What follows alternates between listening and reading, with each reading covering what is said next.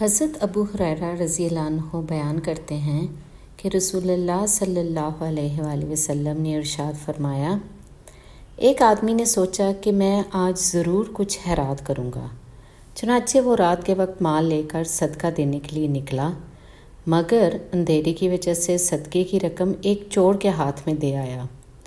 صبح ہوئی تو لوگوں میں چرچا ہوا کہ آج رات ایک چور کو خیرات دی گئی۔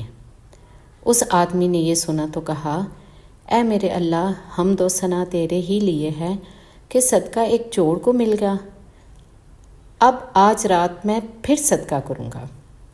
چنانچہ اگلی رات وہ پھر صدقہ دینے کے لیے نکلا، مگر اب کے بار ایک بدکار عورت کے ہاتھ پہ رکھ آیا۔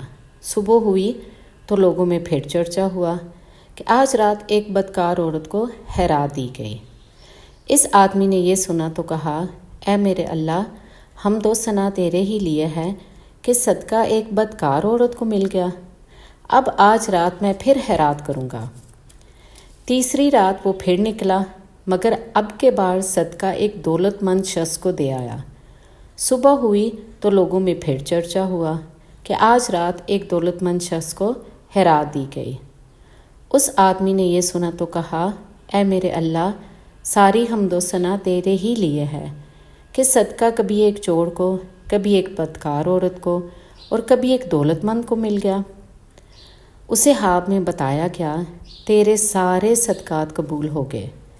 ممکن ہے جو صدقہ تو نے چور کو دے دیا وہ اسے چوری کرنے سے باز رکھے، جو تو نے بدکار عورت کو دے دیا وہ اسے بدکاری سے باز رکھے، اور جو تو نے دولت مند کو دے دیا اس سے وہ عبرت پکڑے، اور جو کچھ اللہ نے اسے دیا ہے اس میں سے وہ خرچ کریں۔